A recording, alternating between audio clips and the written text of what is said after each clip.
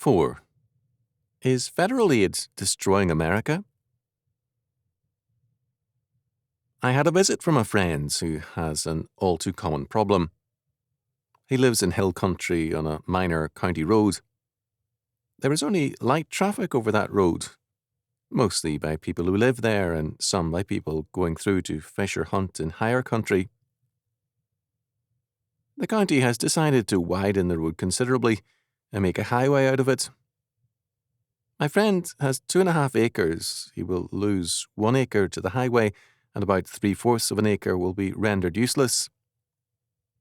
Some of the residents did more than a little investigating and found that the only authenticated need on that road was that an old, very narrow bridge be widened.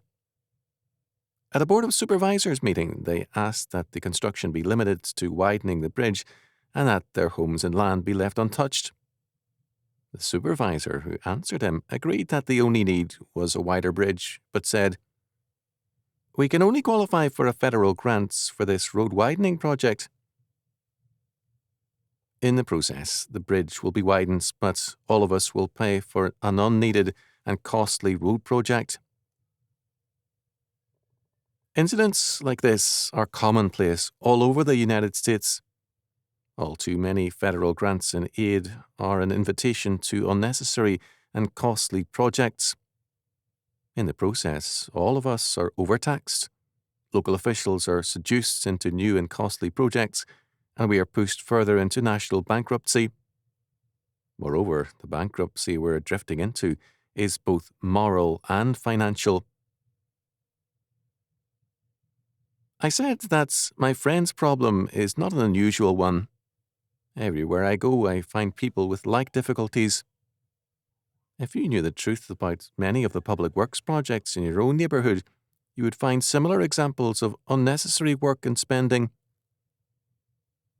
Is federal aid destroying America? Not exactly. For a people to be ready to go along with such useless and wasteful projects means that there is already something morally wrong with them. The federal government is simply aiding an already corrupt political system to increase the scope of their corruption. It's a racket in which all hands are guilty of cooperating. Meanwhile, there are casualties: the financial stability of the country and the moral foundations of freedom.